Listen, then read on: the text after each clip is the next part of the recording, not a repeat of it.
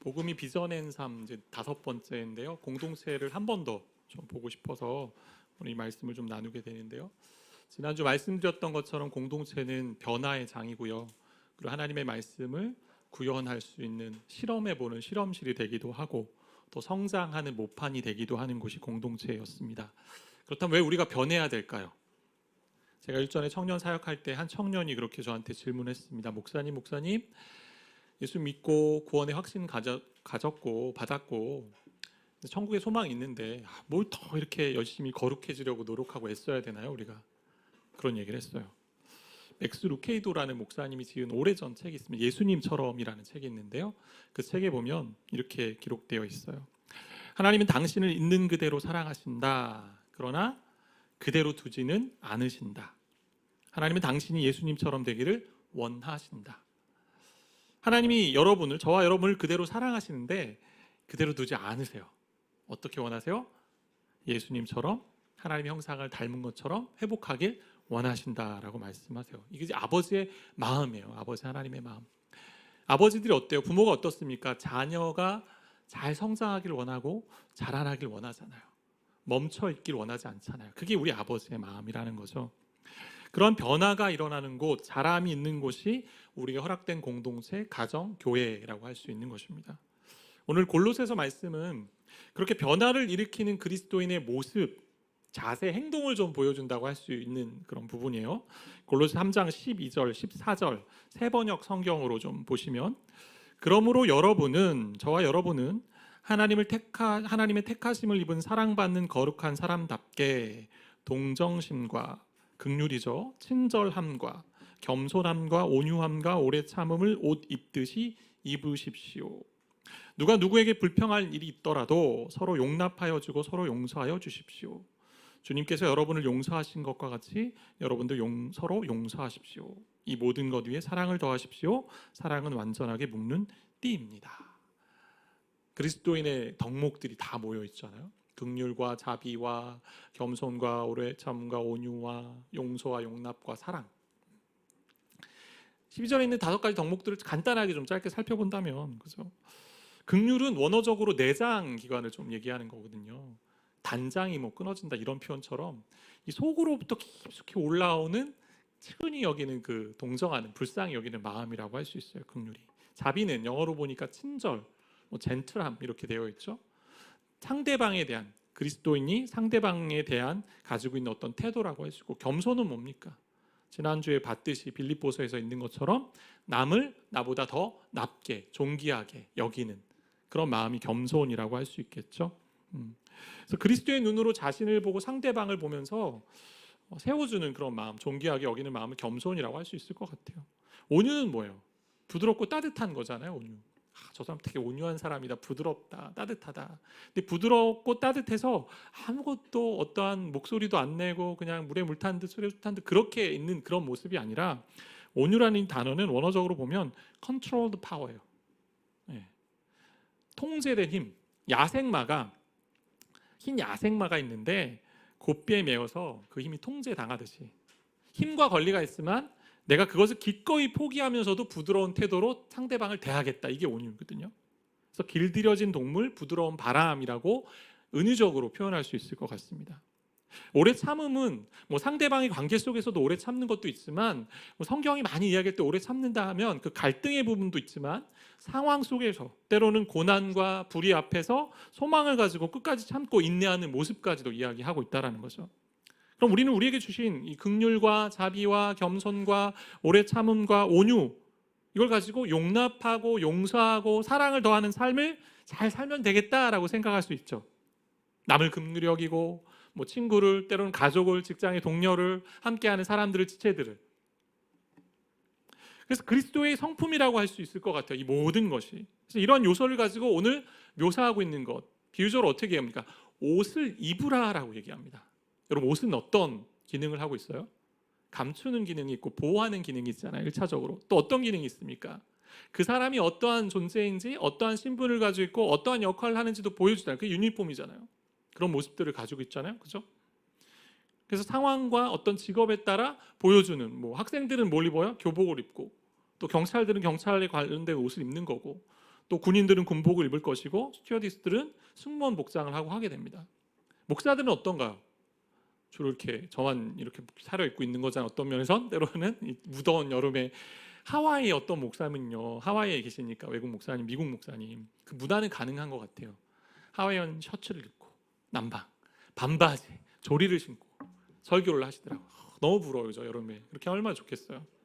그리고 여러분 그 낮에 카페에 가면 이렇게 양복을 입고 있는 남자가 있고 그 주변에 여성들이 이렇게 많으면 그분은 뭐예요? 대부분 99% 목사님. 애쓰신다 이렇게 보면 돼요. 애쓰신다. 그죠? 그 캐주얼 복장을 하고 있건 어떤 복장에 따라 그 사람의 역할이나 신분이 드러나고 있다라는 거예요. 그러니까 결국 우리가 입어야 될 옷, 긍휼이나 자비나 겸손, 온유, 오래 참음 이걸 통해서 뭘 드러내는 거예요? 그리스도인이구나, 저 사람이. 용서와 용납을 통해 사랑을 통해서 야, 저 사람은 예수님 믿는 사람이구나라는 것을 보여주는 옷이라는 거죠. 그러면 우리 이렇게 생각할 수 있어요. 우리가 계속 봤던 것처럼. 그럼 이제 여러분 그리스도의 옷을 입고 긍휼히 대하시고 관계에서 좀 자비롭게 친절하게 대하고 때로는 오래 참아주고 용납해주고 용서해주고 모든 것을 좀 사랑을 덮는 일 열심히 하십시오. 이러면 어떻게 돼요? 충분히 할 수 있는데 여기까지만 하면 뭐예요? 세상에 많은 윤리 종교하고 별반 차이가 없죠. 잘 살아. 티내지 말고 남과 화합하고 잘 살아.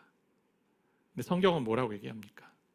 오늘 골로새서 3장 12절 13절 다시 한번 읽겠는데요. 우리 같이 함께 읽겠습니다. 12절 13절 그러므로 너희는 하나님이 택하사 거룩하고 사랑받는 자처럼 긍휼과 자비와 겸손과 온유와 오래 참음을 옷 입고 누가 누구에게 불만이 있거든 서로 용납하여 피차 용서하되 주께서 너희를 용서하신 것 같이 너희도 그리하고. 이런 옷을 입고 행하라고 하는데 그 앞에 나오는 게 뭐예요? 택한 자, 사랑받은 자, 거룩한 자라고 얘기합니다. 너희가 그런 자이기 때문에 그런 옷을 입고 행동할 수 있어 라고 얘기하는 거예요. 복음은 무엇을 얘기하냐면 마음을 자꾸 변화시키기 원하고 마음 안에 뭐가 있어요? 우리의 신분과 정체성이 있는 거죠. 그러니까 이런 일을 하십시오, 이렇게 윤리적인 행동을 하십시오 하기 이전에 우리는 자꾸 마음을 봐야 되는 거예요. 우리가 어떤 사람이에요? 하나님의 택함받은 존재예요. 사랑받는 존재예요. 거룩한 존재예요. 근데 여러분 자신과 여러분 자신을 생각해 보세요. 우리가 하나님 앞에 그렇게 떳떳하게 나아갈 수 있는 존재입니까? 하나님 앞에 정말 사랑받을 수 있는 존재입니까? 거룩하다고 여김을 받을 수 있는 존재입니까? 그렇지 않다라는 거예요. 저와 여러분 볼 때 어때요? 내 안에 죄가 가득하고 우리는 죄 중에 태어났고 우리 인간의 조상인 아담과 하와가 하나님을 멀리하고 적대하고 자기 독립 선언함으로 말미암아 죄 가운데 있는 우리인데 과연 그게 가능합니까? 에베소서 1장 4절에 보니까 세 번역에 이렇게 되어 있는데 하나님은 세상 창조 전에 그리스도 안에서 우리를 택하시고 사랑해 주셔서 하나님 앞에서 거룩하고 흠이 없는 사람이 되게 하셨습니다. 이미 창조 전에 우리를 택하셨고 사랑받을 자격이 없는데 사랑한다라고 얘기하시고 전혀 거룩함이 없고 죄로 가득한 존재인데 죄로 똘똘 뭉쳐있고 죄로 치면 우리가 대표 선수인데 너는 거룩하다 여기고 있다라는 거예요. 그러니 그리스도의 성품의 옷을 입고 다른 사람과 관계 속에서 대할 때 좀 긍휼하게 불쌍히 여기고 좀 사랑하고 용서하고 용납해라라는 겁니다. 단순히 행동을 바꾸라고 하는 것이 아니라 너의 존재를 좀 바꾸고 존재를 생각하고 너의 마음을 바꿔서 이것들을 하라고 오늘 하나님 말씀하고 있으시다라는 거죠. 아담과 하와가 하나님을 떠나 자신들의 벌거벗은 몸, 수치스러운 몸을 발견했을 때에도 하나님을 멀리하고 어떻게 해요? 부끄러워서 숨어 있을 때에도 하나님 어떻게 하셨습니까? 그들 찾아가 주셨고 그들에게 가죽옷을 지어 입히셨어요. 가죽옷은 뭐예요? 예수 그리스도의 피 상징하는 거잖아요. 중심을 죽여서 한 거니까. 용서의 옷이라 할 수 있고 구원의 옷이라고 할 수 있는 것을 입혀 주셨다라는 거예요. 하나님 우리가 무엇이 잘나서 그리고 잘하고 있어서 그러한 그리스도인의 그런 거룩한 옷 그리고 그리스도의 성품을 닮은 옷을 입으라라고 말씀하는 것이 아닙니다. 우리가 안 되는데 못하는 존재인데 전적으로 타락했고 하나님으로부터 떨어져 산 존재인데 자기 독립적으로 살았던 존재이고 지금도 불완전한 존재인데 내가 너희를 사랑해. 내가 너를 택했어. 내가 너를 거룩하다 여기기 때문에 너는 그런 옷을 입고 그렇게 행동할 수 있어 라고 말씀하시는 거죠. 거기서 힘이 있는 거예요. 출발할 수 있는 거예요. 이게 복음이고 이 복음 안에는 은혜가 있는 거죠. 하나님의 은혜로 말미암아 그렇게 살 수 있는 존재가 됐다라는 것입니다. 그런 은혜의 모습이 13절에 더 명확하게 나오고 있어요. 13절 다시 보시면 새 번역으로 보면 이렇게 되어 있습니다. 13절입니다. 누가 누구에게 불평할 일이 있더라도 서로 용납하여 주고 서로 용서하여 주십시오. 주님께서 여러분을 용서하신 것과 같이 여러분도 서로 용서하십시오. 어디에 강조가 있을까요? 주님께서 나를 용서하신 것 같이. 내가 용서함을 받았고 용납을 받아 보았기 때문에 내가 그렇게 할 수 있다. 그런 마음이 생긴다. 그런 힘이 있다라고 말씀하는 것입니다. 근데 여기서 용서하다라는 단어가 일반적으로 쓰는 용서하다라는 단어가 아니고 빚을 탕감하다라는 의미의 단어를 쓰고 있어요. 다른 사람이 나에게 빚진 것을, 그러니까 내가 다른 사람에게 빚진 것을 다른 사람이 괜찮아, 안 갚아도 돼라고 얘기하는 거예요. 마태복음 18장에 보면 이런 이제 비유가 좀 나오는데, 마태복음 18장에 가면 베드로가 주님께 와서 이렇게 묻습니다. 주님, 형제가 나에게 죄를 범했는데 몇 번이나 용서해 줄까요? 주님, 7번 정도면 되겠죠? 이런 얘기예요. 보통 사람들이 한두 번, 세 번 하니까 난 그래도 7번 정도 할 수 있어. 근데 주님이 뭐라고 말씀하세요? 예수님이 7번뿐 아니라 7번의 70번까지도 용서하라고 얘기해요. 7번의 70번이라면 7 곱하기 70, 490, 7에 70승 이럴 수 있겠지만 무슨 얘기입니까? 제한 없이 끝까지 용서하라라고 말씀하는 것이잖아요. 그러면서 비유를 이제 등장시켜서 말씀을 더 전하시는데, 10,000달란트 빚진 자의 비유가 나옵니다. 주인이 10,000달란트 빚진 자, 그 종을 만나서 너의 재산을 모든 걸 다 팔아, 빨리 갚아라 라고 얘기하니까 이 종이 참아주소서, 내가 갚겠습니다. 그 얘기를 듣고 이 주인의 마음이 움직였어요. 긍휼히 여기는 마음이 생긴 것 같아요. 그러면서 불쌍히 여겨주고 탕감해 주었습니다. 근데 용서받은 종이 어떻게 해요? 지나가다가 자기 동료가 있는데 100데나리온을 빚진 동료, 멱살을 잡고 내 돈 갚아라. 근데 이 동료가 동일하게 해요. 참아주소서, 내가 갚겠나이다. 그럼에도 불구하고 어떻게 해요? 동료를 옥에 가두고 갚을 때까지 거기 있게 했다라는 그런 이야기가 나오거든요. 여러분, 10,000달란트는요 1달란트가 6,000데나리온이에요. 그럼 10,000달란트를 데나리온으로 바꾸면 어떻게 돼요? 빨리 곱하기 해보세요. 어떻게 돼요? 60,000데나리온, 그죠?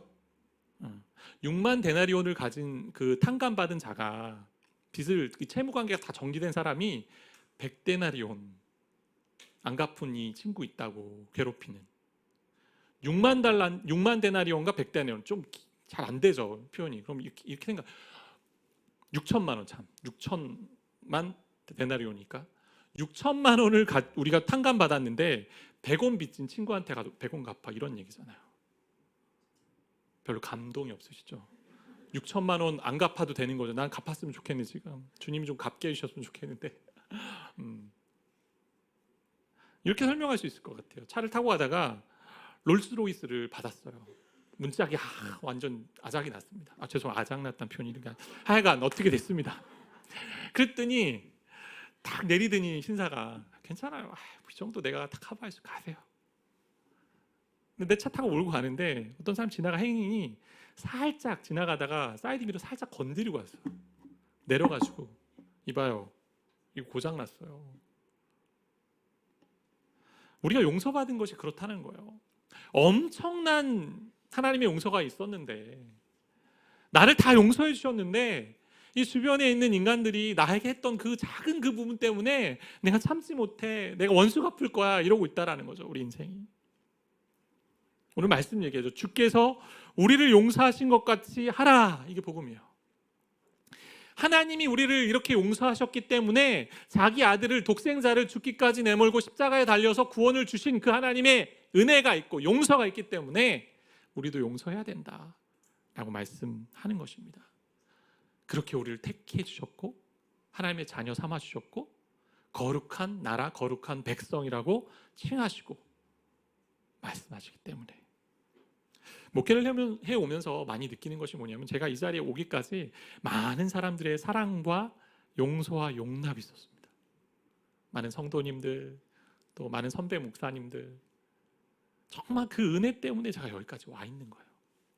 그게 없었으면 여기에 있을 수 없습니다. 때로는 내 욕심대로 선택한 적도 있고요, 때로는 실수도 하고, 때로는 내 의를 내세우기도 하고, 갈등을 일으키는 현장이 있기도 했고, 근데 하나님이 그 모든 것을요, 하나님 마음 아프게 한 것, 또 성도들의 때로는 사람들의 마음을 괴롭게 했던 모든 것들을 다 용납하시고 용서해 주셔서 제가 여기 서 있는 거예요. 하나님의 은혜로.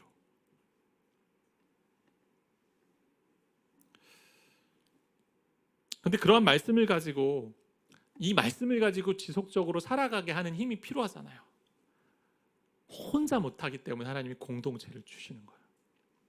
오늘 말씀이 그렇게 나와 있는데, 오늘 말씀에 보면 우리 가운데 이 말씀이 풍성히 거할 때 변화시키는 일이 있다라고 오늘 말씀하고 있습니다. 그래서 16절 말씀이 나오는데요, 16절 세 번역으로 보면, 그리스도의 말씀이 여러분 가운데 풍성히 살아있게 하십시오. 온갖 지혜로 서로 가르치고 권고하십시오. 감사한 마음으로 시와 찬미와 신령한 노래로 여러분의 하나님께 마음을 다하여 찬양하십시오. 공동체 안에 이런 말씀을, 복음의 말씀을 나눌 때에 변화를 일으킨다는 거예요. 어떤 말씀이에요? 우리가 봤던 말씀. 우리는 자격 없고 할 수 없는 존재고 무능한 존재고 무력한 존재고 구원을 내가 어떻게 해서 얻을 수 없는 존재지만, 하나님 우리를 택하시고 사랑하셔서 구원받은 그 존재로 여기셨기 때문에 내가 그 말씀 붙들고 그리스도의 옷을 덧입고 오늘도 살아갑니다라는 것. 그럴 때 변화가 일어난다는 거죠. 그 말씀이 풍성히 거할 때. 서로 가르치며 권면하라라고 되어 있습니다. 서로 말씀을 가르치고 권면합니다. 충고합니다. 그 말씀에 따라 살도록 이렇게 살아보자 지지하고 독려하는 것입니다. 그러면 그 안에 감사와 찬양으로 말미암아 하나님께 예배할 뿐만 아니라 17절에 가니까 어떤 일이 일어나요? 말에나 일에나 다 주 예수 그리스도의 이름으로 하고, 그 이름을 힘입어, 그분의 힘을 힘입어 하나님께 감사하고 영광을 돌리는 인생이 된다라는 것이죠. 예배하는 인생, 삶에서도 예배하는 인생이 되고, 그로 말미암아 많은 사람들이 그렇지, 저 사람을 그리스도의 옷을 입고 있기 때문에, 그것이 풍겨나기 때문에 저 사람은 그리스도인이지 라고 얘기하는 일들이 벌어진다는 것입니다. 그렇다면 말씀이 풍성히 거하는 삶을 살아야 되잖아요.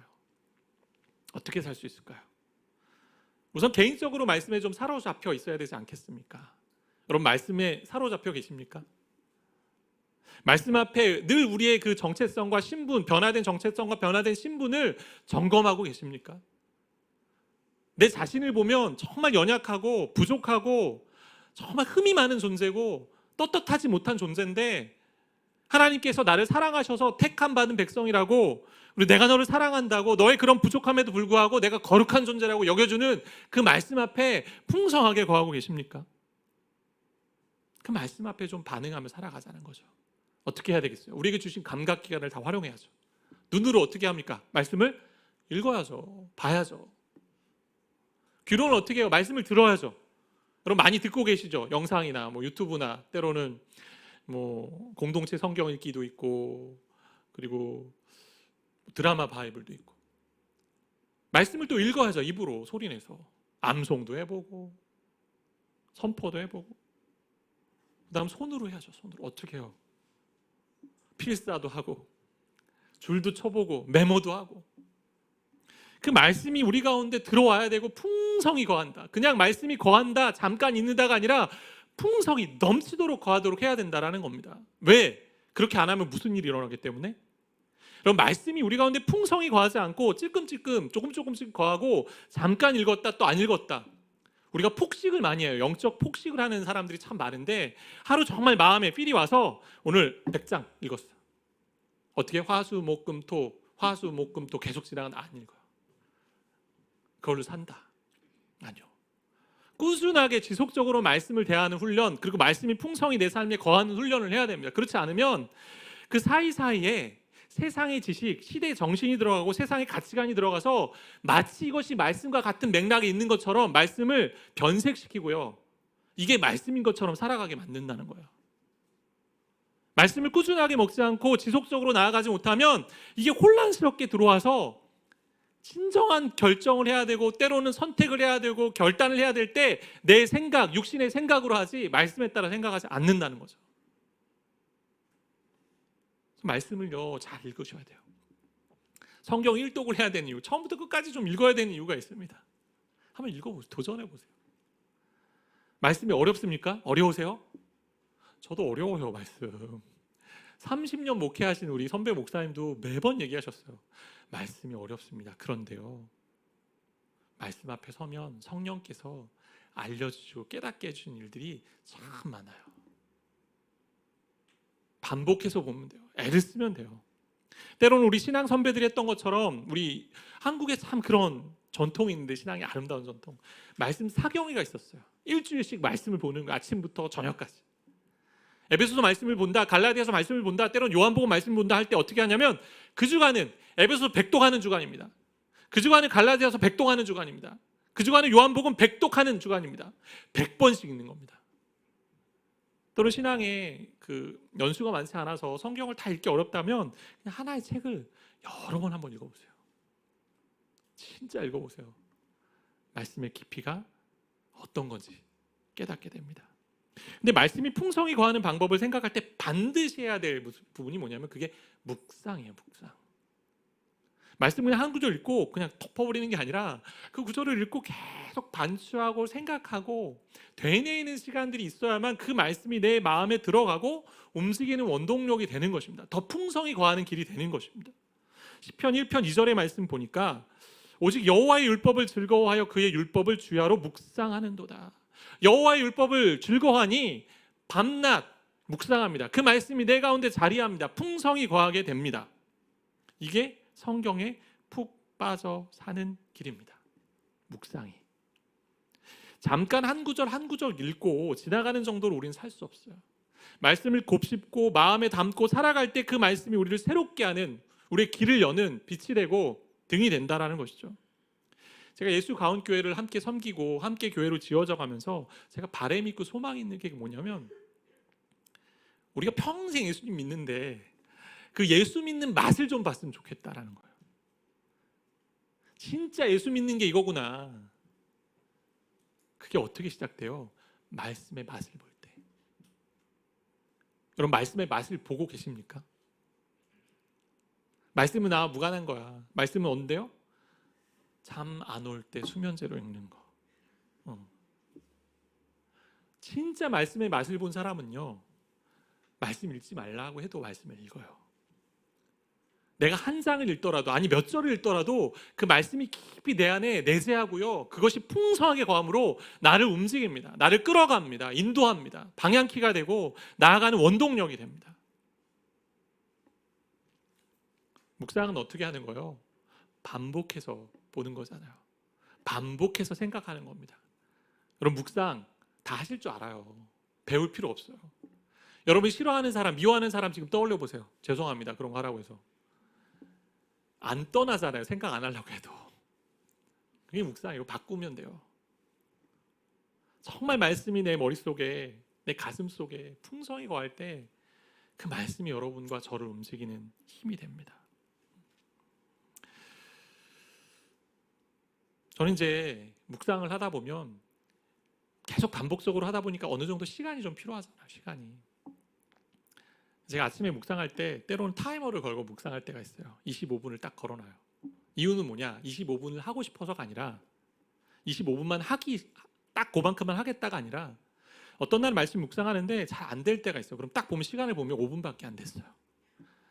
아, 더 봐야겠구나. 최소 내가 25분을 보겠다. 그러면요, 하나님이 우리 가운데 풍성히 거하는 시간이 됩니다. 아니 10분만 하셔도 돼요. 남이 해준 것, 남이 잘 정리한 것도 우리의 영혼의 유익을 위해 도움이 됩니다. 근데 그런 것만 가지고 의지해서 산다면, 스스로 묵상하는 능력이 키워지지 않고 곱씹는 훈련을 하지 않으면, 그런 것이 없을 때 여러분 어떻게 하시겠습니까? 내가 하나님과 만난 그 교제, 그 기쁨이 없는데 남들이 한 그 기쁨 가지고 살아갈 때 과연 내 신앙이 건강하게 바르게 잘 성장할 수 있을까라는 것은 물음표라는 거죠. 도움은 되죠. 도움은 당연히. 거기에 의존하지 말라는 거죠. 내가 직접 하나님과 만나서 경험한 그 기쁨은요, 알 사람은 없어요. 찬송가 가사처럼. 그럼 하나님은 어떻게 해요? 이런 말씀의 풍성함을 서로 나누며 함께 권하도록 우리를 부르셨잖아요. 오늘 말씀이 어떻게 되었어요? 말씀이 우리 속에 거하며 모든 지혜로 서로 가르치며 권면하라고 되어 있습니다. 왜 서로 가르치며 권면해야 될까요? 말씀을 서로 나누는 가운데 풍성해지는 은혜가 있기 때문에. 제가 좋아하는 그 어구 중에 공동체 해석학이라는 그 단어가 있어요. 함께 공동체가 말씀을 나눌 때에 엄청나게 풍성해집니다. 제가 그런 것을 많이 경험했습니다. 신앙생활 하면서, 목회를 하면서. 전에 있던 교회에서 어떤 일이 있냐면 매년 이제 여름과 겨울에 사역자들이 집중회의를 떠나요. 하루 종일 진짜 회의만 했거든요. 다음 사역을 위해서 또 점검도 하고 뭐 축구도 하긴 했지만 아침에 빠지지 않는 게 있었어요. 그게 뭐냐면 매일 성경을 가지고 말씀 묵상하는 건데 한 10분 정도, 15분 정도 개인적으로 묵상할 시간을 줍니다. 그러고 나서 본인에게 주신 하나님의 말씀과 느낌들을 나누는 시간을 갖는데요. 시켜서 하지 않아도 자발적으로 얘기합니다. 그럴 때 어떤 일이 벌어진 줄 아세요? 아, 내가 보지 못했던 부분을 저렇게 보는구나. 정말 풍성해지고요. 그 시간 어느 설교 한 편 들은 것보다 더 충만해지고요. 더 은혜가 넘쳐요. 매주 우리 사역자 회의 때도 저희도 그렇게 하고 있거든요. 금요일 날마다 하는데 저는 되게 행복한데 사역자분들 어떤지 모르겠어요. 네. 우리가 말씀을 보면서 홀로 열심히 말씀을 보면서 이 말씀이 내 안에 내재하는 것, 그리고 묵상하는 훈련을 어떻게 키울까? 뭐 묵상하는 책을 볼 수도 있고요, 가르침을 받을 수도 있고요, 영상을 통해서 뭐 훈련을 받을 수도 있습니다. 필요하죠. 근데 가장 좋은 방법이 뭐냐면 말씀을 나누는 공동체에 들어가시는 겁니다. 잘 몰라도 처음부터 말씀을 다 잘 보나요? 그냥 단어만 찾는 거예요. 때론 이 단어가 궁금해요. 이 단어 때문에 내가 좀 뭔가 마음에 울림이 있어요. 그거부터 시작하는 거예요. 뭐 완벽하게 신학 공부하는 거 아니잖아요. 근데 때로는 어떤 줄 아세요? 성도들이 말씀을 깊이 오랜 시간 묵상하는 성도들이 때론 목회자보다 더 깊은 영적인 은혜를 경험한 분들이 참 많다라는 거예요. 다락방을 하면서 우리 순장님들이 다락방 교재를 준비하기 위해서 저랑 같이 만나는 시간이 있어요. 그게 순장반인데 순장반에 오면 어떤 시간이 있냐면 함께 그 말씀을 가지고 본 것을 나누는 시간들이 있어요. 근데 너무 재밌어요. 너무 즐겁고요. 그 말씀을 가지고 자기 삶을 얘기하는데 너무 행복해요. 제가 몰랐던 것도 또 알게 하고, 어떤 순장님은 너무 스트레스가 된다, 미리 준비하는 게. 해서 스트레스란 단어를 쓰기 싫어서 스테인레스 이렇게 얘기하시는데, 예. 목사님 스테인레스가 너무 많아요. 여러분, 신앙생활은요, 홀로 있음과 함께 있음이 같이 가야 돼요. 내가 하나님 말씀 풍성히 거할 뿐 아니라 공동체 안에서 함께 말씀을 주고받으면서 나눌 때에 하나님을 더 많이, 하나님 더 크신 분을 정말 많이 경험할 수 있습니다. C.S. 루이스가 네 가지 사랑이라는 그 책에서 이러한 은혜를 잘 정리해놨어요. 제가 좋아하는 표현이 들어있는데 잘 들어보세요. 만일 새 친구 ABC라는 친구가 있는데 A가 죽는다면 B는 단순히 A만 잃을 뿐 아니라 C 안에 있던 A의 일부까지도 잃는 것이다. 이게 무슨 얘기냐? A가 있는데 A가 죽었어요. B하고 C가 남아있는데 C가 A하고 관계를 맺으면서 A의 모습에 영향을 받고 때로는 A가 한 모습에 막 감사하고 때로는 A가 한 모습에 대해서 반응하는 그런 모습들은 이제 A가 사라짐으로 C에게선 볼 수 없다는 거예요. C를 혼자 독차지하는 것 같지만 A가 죽음으로 말미암아 C가 A와 관계하면서 반응했던 모습은 이제 나오지 않는 거죠.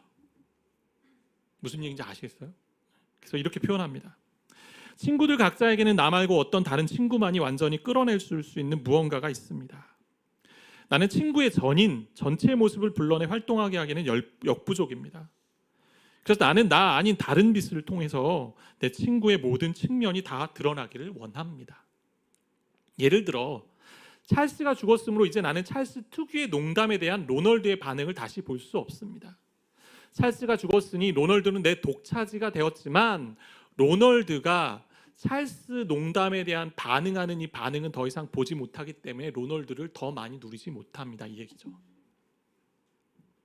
이런 의미에서 우정은 영광스럽게도 천국 자체를 가깝게 닮았습니다.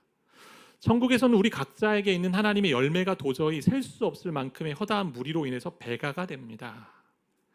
함께 나눔으로 하나님의 그 무궁하심과 다채로우심을 경험한다라는 겁니다. 그분을 보는 눈이 영혼마다 달라서 그 독특한 시각이 당연히 나머지 모두에게 확산되기 때문입니다. 이렇듯 하늘에서 내려온 떡은 함께 나누는 사람이 많으면 많을수록 각 사람은 더 풍성히 얻게 됩니다. 한 개인을 알아가는데도 여러 사람이 필요하다라면 무한하시고 전능하시고 한이 없으시고 자비와 인자가 영원하신 그 하나님을 알아가는데 공동체가 필요하지 않겠습니까? 그래서 혼자서는 정말로 우리 하나님 주님을 알 수 없습니다. 공동체가 스스로 말씀을 풍성히 누릴 뿐만 아니라 공동체 안에서 서로 가르치고 교훈하고 권면할 때 하나님을 발견하고 하나님을 찬양하고 하나님을 경배하고 영광스럽게 돌릴 뿐만 아니라 우리의 삶 속에서 말해나 이래나 주 예수 그리스도의 이름으로 하고 그를 힘입어 하는 일들이 일어난다라는 것이죠. 그럴 때에 우리를 통해 뭐가 나타나요? 긍휼과 자비와 겸손과 온유와 오래 참음이 용서와 용납이 드러나고 사랑이 덮기 때문에 사람들이 저 사람들은 그리스도인이구나 라고 인정하게 된다라는 거죠. 근데 그게 어디서부터 출발해요? 우리에게 주신 복음의 말씀. 우린 자격이 없어요, 하나님. 나는 무능합니다, 하나님. 근데 나를 거룩하다 여기셔서 너무 감사합니다. 근데 나를 사랑한다고 하셔서 감사합니다. 많은 사람들이 날 미워하고 날 멸시한다 해도, 아니 나 스스로가 나 자신에 대해서 만족하지 못한다 해도 하나님 날 사랑하신다고, 택하셨다고 말씀해 주셔서 감사합니다. 거기서부터 출발하는 거예요. 보네포 목사님 이런 말씀을 했어요. 그리스도인은 하나님의 말씀을 들려주는 다른 그리스도인을 필요로 한다. 그리스도인은 하나님의 말씀을 들려주는 다른 그리스도인을 필요로 한다. 어떤 전문적인 영역에는 목사나 전도사가 아닌 우리 모두가 필요한 겁니다. 저는 예수 가운교회 안에 이런 일들이 좀 많았으면 좋겠어요. 우리가 이제 프로그램도 하고 우리 다락방도 하는 이유들 이제 앞으로 뭐 하게 될 텐데 묵상하는 일들을 여러분이 많이 하셔야 됩니다. 저는 이걸 위해 여러분을 좀 무장시키고 싶고 함께 좀 하고 싶어요. 하나님 안에 그 말씀이 풍성히 거할 때 우리 삶에 변화가 나타나고 공동체가 바뀌고 우리 인생이 달라질 줄 믿습니다. 그런 인생, 그런 은혜 우리가 함께 누리길 바라고 축복합니다.